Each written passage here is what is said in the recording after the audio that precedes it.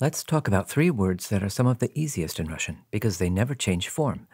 Well, almost never. Here are some examples. See if you can guess which ones I mean. Где Саша? Его нет.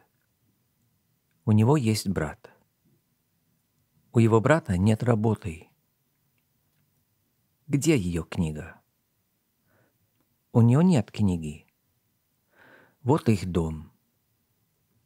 У них нет детей.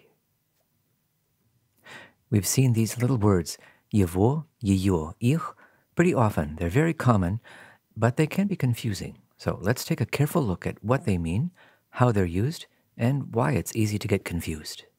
To really understand what's going on, we should start with just a few terms: personal pronouns and possessive modifiers. A personal pronoun is a little word that stands in for a person or a thing. For example, we could have a conversation like this. Где Соня? Соня в Москве. А что Соня там делает? Соня учится в МГУ. But it gets a little tiresome saying Sonia, Sonia, Sonia all the time. To avoid all this repetition, we often replace a name or a noun with a pronoun, like this. Где Соня? Она в Москве. А что она там делает? Она учится в МГУ. You've certainly seen these personal pronouns. Я, ты, он, она, оно, мы, вы, они. These do change for case, so you may have seen these prepositional forms and these genitive or accusative case forms.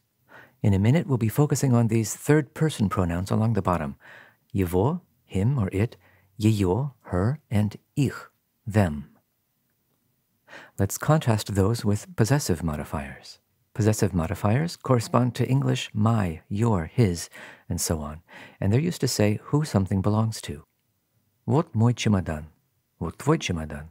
Вот его чемодан. Here are the possessives together in the nominative singular and in the genitive singular. So for the most part, these do change for case and gender, but you'll notice that the third-person possessives, the words for his, her, and their, never change. So now let's compare the personal pronouns and the possessives directly. We're concerned with the genitive case forms of the pronouns here. For most of these, it's clear which is the personal pronoun and which is the possessive modifier. We don't normally confuse меня, me, with мой, my, тебя with твой. But what about this third-person row?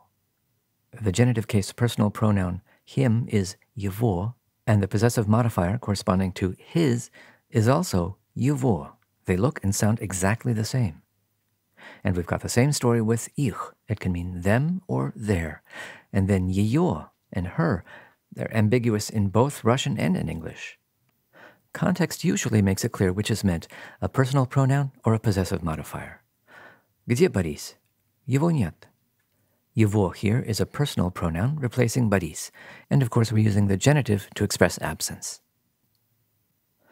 А это чемодан Бориса? Да, это его чемодан.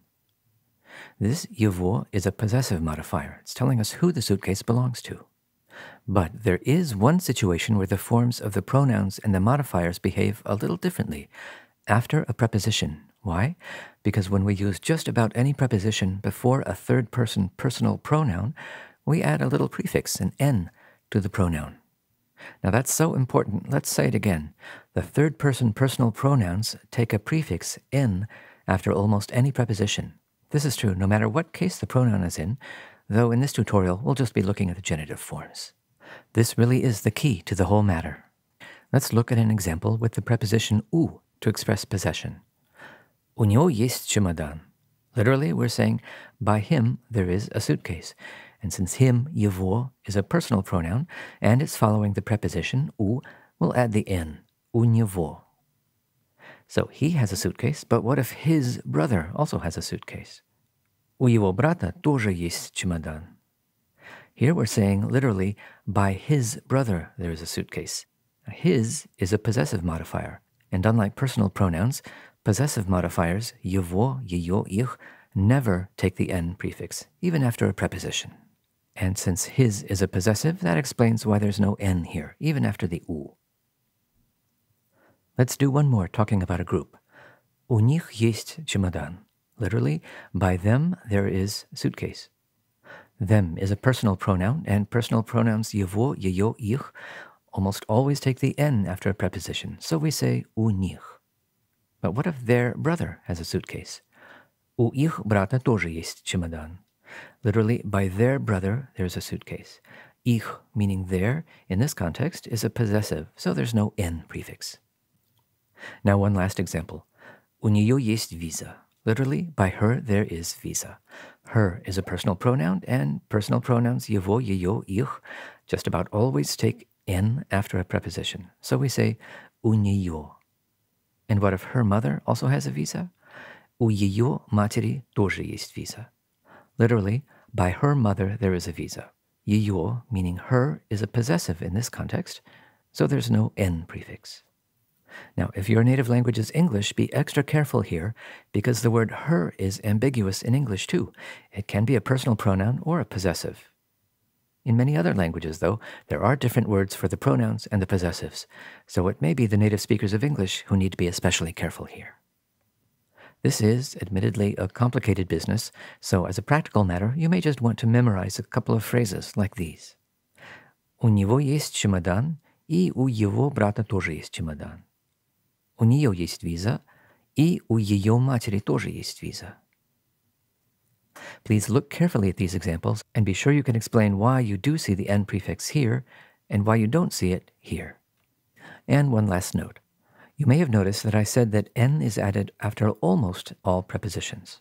Exceptions can include prepositions derived from verbs, like благодаря from благодарить, to thank.